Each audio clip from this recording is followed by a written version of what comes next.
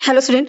अब हम डिस्कस करेंगे ई मनी के बारे में। देखिए ई मनी क्या होता है, जब मॉनेटरी वैल्यूज को हम इलेक्ट्रॉनिक फॉर्म में स्टोर करके रखते हैं और जो कोई भी पेमेंट हमें करना होता है ना, उसे हम क्या करेंगे, फिजिकल कैश की जगह पे इसी जो इलेक्ट्रॉनिक फॉर्म में रखे हुए पैसे हैं उसके थ्रू करते हैं, तो हम उसे कहते हैं ई मनी। कहने का मतलब ये है कि हम जितने भी ट्रांजेक्शन्स करने हैं, जो जो भी चीज़ हम परचेज़ कर रहे हैं, जो कुछ भी करना है, उसमें जब हमें पेमेंट करना होता है तो हमें कैश में पेमेंट करना पड़ता है ना? जो रुपए हमारे यहाँ सर्कुलेशन में हैं, उस रुपए में पेमेंट करना पड़ता है।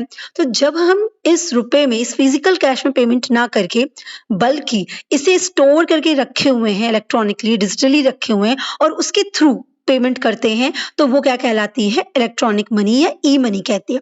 बेसिकली इलेक्ट्रॉनिक मनी क्या होती है? पूरी तरह से बैक्ड अप होती है किससे? रियल मनी से, इसी रुपए से, इसी फिज़िकल कैश से।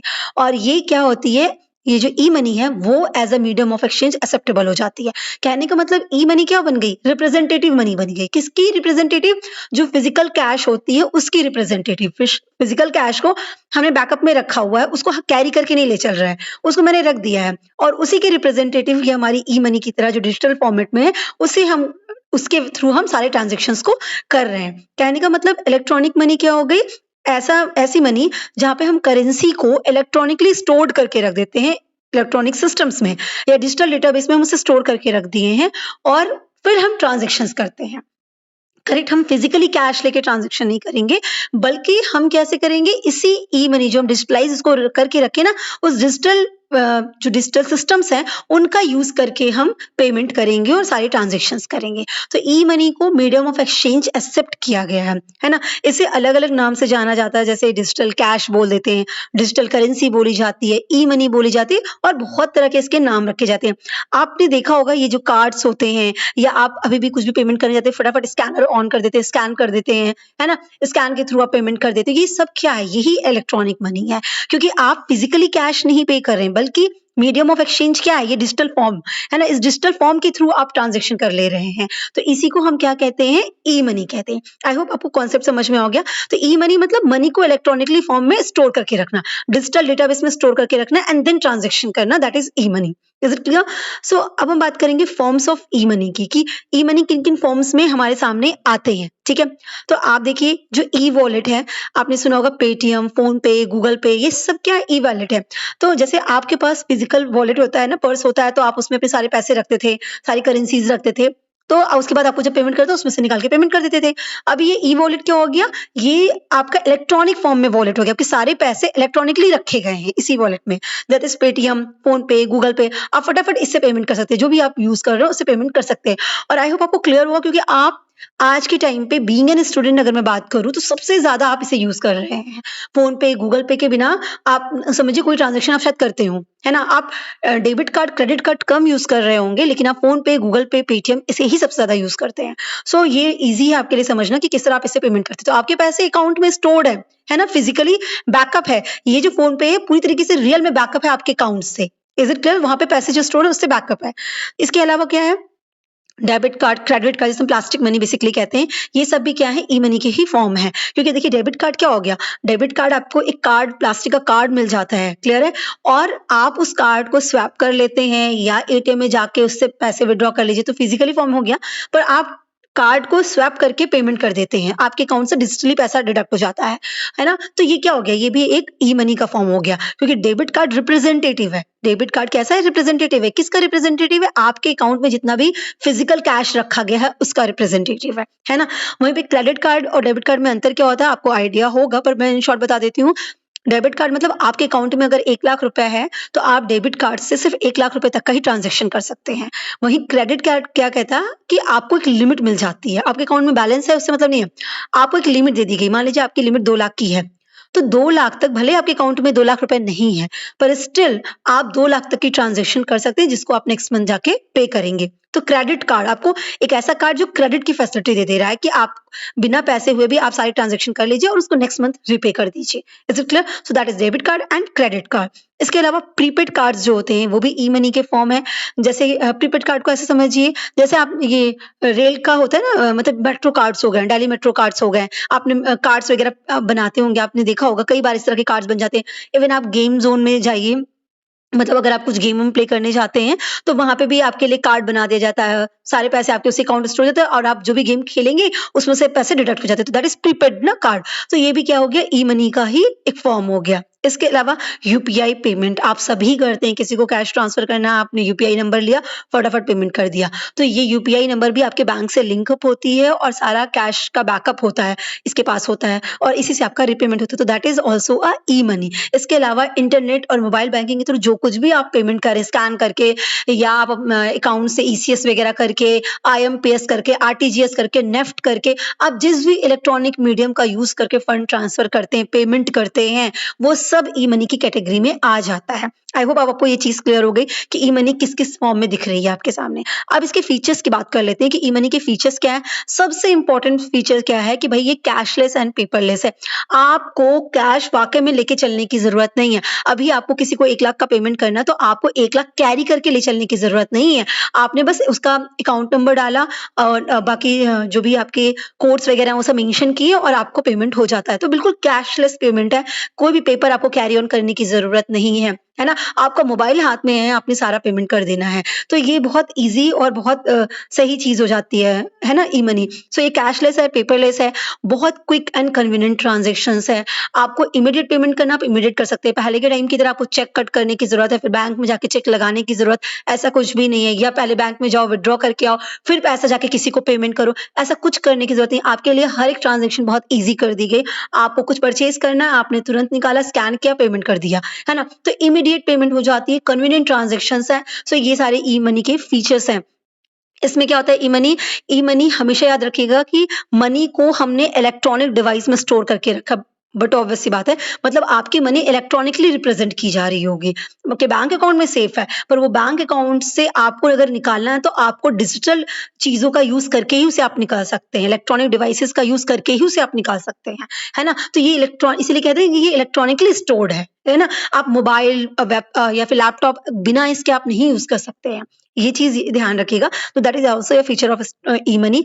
इसके अलावा सबसे इम्पोर्टेंट चीज़ याद रखिएगा, ई-मनी ऐसा नहीं कि लोगों ने सोचा और स्टार्ट हो गई। नहीं, ई-मनी को प्रॉपर्ली रेगुलेट किया गया है आरबीआई के थ्रू। इन सबको परमिशन मिली है आरबीआई के थ्रू कि इस चीज़ को भी मीडियम ऑफ एक्सचेंज माना जाए, है ना? सो ये लीगली चीज़ें वैलिड की गई हैं। यहाँ तक बात समझ में आ गई। अब हम बात करेंगे इसके एडवांटेज और डिसएडवांटेज के बारे में। सो एडवांटेज ऑफ ई-मनी ईज़ी आप आराम से लिख सकते हैं। ये सेफ टाइम है, कोई ट्रांज़ैक्शन कॉस्ट नहीं है। आपको बैंक बैंक जाने की ज़रूरत नहीं है। कैश आपको लेके चलने की ज़रूरत नहीं है ना? इस तरह के जो ट्रांज़ैक्शंस कॉस्ट होते हैं, आना-जाना, इस तरह के जो भी खर्चे हैं, इस तरह का कोई खर्चा नहीं है। आप इमीडिएट पैसा निकाले, पेमेंट कर दिए, कोई कमीशन देने की ज़रूरत नहीं है, कोई एडिशनल फीस पे करने की ज़रूरत नहीं है। तो इस तरह की कॉस्ट आपके सामने नहीं आते हैं। तो ये सेफ टाइम है, ट्रांज़ैक्शंस कॉस्ट बिल्कुल भी कम है इसमें, है ना? ये रिस्क को रिड्यूस कर देता है कि हम कैश कैरी करके चले, चोरी हो गया, गिर गया, इस तरह का या भीग गया, कट गया, फट गया, इस तरह के जो रिस्क हमारे सामने फिजिकल कैश के फॉर्म में आते हैं। नोट देखिए, नोट आप गलती से पर्स में रखे रहें या पैंट में रखे रहें या ड्रेस में रखे और वो गीले हो गए हैं, खराब हो गए तो फट गए हैं। इस तरह की चीज़ों में क्या होता है, वो पैसा बिल्कुल बेकार हो जाता है, आपको एक्सचेंज करना पड़ता है उसको। तो आपको कैश के साथ मतलब फिजिकली कैश रखने से रिलेटेड जो भी रिस्क होते हैं, वो सारे रिस्क यहाँ पे रिड्यूस हो जाते हैं क्योंकि आपको कैश कैरी नहीं करना है ना? तो ये ई-मनी क्या करता है, इस तरह की प्रॉब्लम्स को भी सॉल्व कर देता है। इसके अलावा ये फाइनेंशियल इंक्लूजन को प्रमोट करता है, मतलब कि हर कोई कनेक्ट हो सकता है डिजिटली, हर कोई डिजिटली कनेक्ट हो रहा है, पेमेंट कर रहा है, मतलब सबको एक साथ लेके डेवलपमेंट की बात जो है वो ई-मनी की वजह से पॉसिबल हो पा रही है। और इसके अलावा ये ट्रांसपेरेंसी को बहुत इंक्रीज़ कर देता है क्योंकि ई-मनी की वजह से आप जब चाहें, जैसे चाहें आपको पता होगा कि आपके अकाउंट में अभी कितने पैसे बचे हैं, आपने कितने का खर्चा कर दिया, आप पूरा ट्रैक रिकॉर्ड रख सकते हैं। आप फ़ोन पे, गूगल पे भी पेमेंट करते हैं या जिस भी मीडियम से आप पेमेंट कर रहे हो इलेक्ट्रॉनिक, आप अपना स्टेटमेंट देख के तुरंत समझ सकते हैं कि मैंने अभी कहाँ-कहाँ खर्चे किए, किसको-किसको पेमेंट किया है और आप आराम से ट्रैक कर सकते हैं उस चीज़ को कि ये इसको मैंने पेमेंट किया, ये इसको गया या इसको नहीं गया। तो मतलब पूरी ट्रांसपेरेंसी है, मेरे अकाउंट में कितने बैलेंस बचे हैं, कहाँ-कहाँ, किस-किस दिन में कितने खर्चे हुए हैं, हर एक चीज़ ट्रांसपेरेंट है। तो ई-मनी आपको ट्रांसपेरेंसी भी देता है। अदरवाइज़ क्या हो, फिजिकली कैश रखें, आपने पैसा लिया, फिर आपको याद करने की ज़रूरत पड़ती थी कि आज हम दिन में इतना पैसा लेके निकले थे, मेरे पास इतने पैसे बचे, मैंने कहाँ-कहाँ खर्चा किया। अब आप याद करिए क्योंकि आप फिज़िकली कैश एक्सपेंस कर दिए हैं और अगर आप भूल गए तो फिर भूल गए, आपको नहीं याद आएगा कि वो क पैसा मेरा कहाँ गया। ये मैं 1 दिन की बात बता रही हूँ, पर कई बार ये 2-4 दिन, 5 दिन की बात करिए और बहुत सारे आप ट्रांज़ैक्शन करते हो तो आपके लिए बहुत मुश्किल हो जाता था, है ना? जब तक आप बैंक से स्टेटमेंट नहीं निकलवा के लेके आइए, तो भी बैंक स्टेटमेंट से आपको कितना एग्ज़ैक्ट पैसा विथड्रॉ किया वो पता होगा, लेकिन आप फिज़िकली कैश किसको दे-दे के आए हैं, वो कौन बताएगा आपको? तो अब वो मेमोरी वाली बात हो जाती थी। यहाँ पे ये सारे प्रॉब्लम्स खत्म, आप ई-मनी कर रहे हैं तो आपने किसको कब कितना पेमेंट किया, आप तुरंत ट्रैक कर सकते हैं। सामने वाले ने मना भी कर दिया तो भी आप उसको ट्रैक करके बता सकते हैं कि देखिए आपको इस तरह से इस डेट को इस समय मैंने इतना पेमेंट किया है। सो ट्रांसपेरेंसी तो बहुत ज़्यादा है ई-मनी में। Is it clear? अगर हम डिसएडवांटेजेस की बात करते हैं, तो डिसएडवांटेजेस में एक चीज़ ध्यान रखिएगा, सबसे इम्पोर्टेंट ई-मनी का जो डिसएडवांटेज है वो स्कैम है। Cyber security and fraud risk, है ना? जो स्कैम आप ऑनलाइन स्कैम्स जो हो रहे हैं, आपसे सुन रहे हैं, ये बहुत बड़ा एक डिसएडवांटेज है, बहुत बड़ा रिस्क फैक्टर है जिस पे बहुत सारे काम किए जा रहे हैं। पर ये सिक्योरिटीज़ का जो इश्यू है, वो एक बहुत बड़ा डिसएडवांटेज है ई-मनी का जिस पे काम करने की ज़रूरत है। दूसरा इंटरनेट टेक्नोलॉजी पे पूरी तरीके से डिपेंडेंस हो जाएगी, आपको पेमेंट करना है जब तक आप इंटरनेट का यूज़ नहीं करेंगे, आपके पास नेट नहीं होगा, आप कोई भी ई-मनी का पेमेंट नहीं कर सकते, कोई ई-मनी यूज़ नहीं कर सकते हैं। Is it clear? Except ATM and debit card की बात कर रही हूँ मैं। एटीएम एंड डेबिट कार्ड को हटा के इस तरह के कार्ड को, लेकिन जो वॉलेट वगैरह के थ्रू पेमेंट हो रहा है, पेटीएम, गूगल पे, आईएमपीएस, इस तरह जो पेमेंट हो रहे हैं, वो भी ना इंटरनेट के पॉसिबल ही नहीं है। तो पूरी तरीके से हमारी डिपेंडेंसी इंटरनेट पे हो जाती है, टेक्नोलॉजीज़ पे हो जाती है। इसके लिए ना एक प्रॉपर इंफ्रास्ट्रक्चर चाहिए। इंफ्रास्ट्रक्चर का क्या मतलब है? आपके पास लैपटॉप होना चाहिए, आपके पास मोबाइल स्मार्टफ़ोन्स होने चाहिए, तभी आप ई-मनी का यूज़ कर सकते हैं ना। अगर आपके पास इनमें से कोई चीज़ नहीं है, तो आप ई-मनी का यूज़ कैसे करेंगे? है ना? आप स्कैन करके कैसे पेमेंट करेंगे अगर आपके पास वो फ़ोन ही नहीं है, स्मार्टफ़ोन ही नहीं है, आपके पास लैपटॉप ही नहीं है, तो आप कैसे काम करेंगे? तो इस तरह से कहीं न कहीं टेक्नोलॉजी बेस्ड हो जाती है ये चीज़ें जिसकी आपको ज़रूरत है। अगर आपके पास नहीं है, तो आप फिर काम नहीं कर सकते, ई-मनी का यूज़ नहीं कर सकते हैं। तो ये एक कि इंटरनेट और टेक्नोलॉजी पे पूरी तरह से डिपेंडेंसी हो जाती है, ये एक डिसएडवांटेजेज़ है ना? इसके अलावा limited access for digitally illiterate users, ऐसे यूजर्स आप अपने यहाँ पे आप अभी विलेज एरियाज में भी जाइए, हालांकि अभी तो बहुत डेवलपमेंट है, ऐसा कहना बहुत मतलब लो हो जाएगा कि ऐसा चांसेस है, मतलब 10 to 20% चांसेस है, बट स्टिल है चांसेस। अगर आप विलेज एरियाज में जाइए, जो लोग बहुत ज्यादा गरीब हैं या जिनके पास नॉलेज नहीं है, पढ़े लिखे फैमिली में लोग नहीं हैं, ऐसे लोगों को, और जो एजेड हैं, सबसे बड़ी बात, जो लोग एजेड हैं, है ना, जो यंगस्टर हैं वो चाहे पढ़े लिखे हों चाहे नहीं पढ़े लिखे हों, जैसे भी हैं उनको ये सब यूज करना आता है, पर जो एजेड है ना, वो उनके साथ ये प्रॉब्लम है कि वो ये डिजिटल चीजों को यूज नहीं कर सक रहे हैं, उनको ये चीजों का आइडिया नहीं है और वो उससे इतना अवेयर नहीं है, तो उनका ये इन चीजों के अगेन, मतलब इन चीजों के रिगार्डिंग जो नॉलेज ना होना है ना, वो इसको लिमिटेड कर देता है, तो ये इसके डिसएडवांटेज है। आई होप आपको क्लियर हुआ होगा। Wish you all the best. Thank you so much.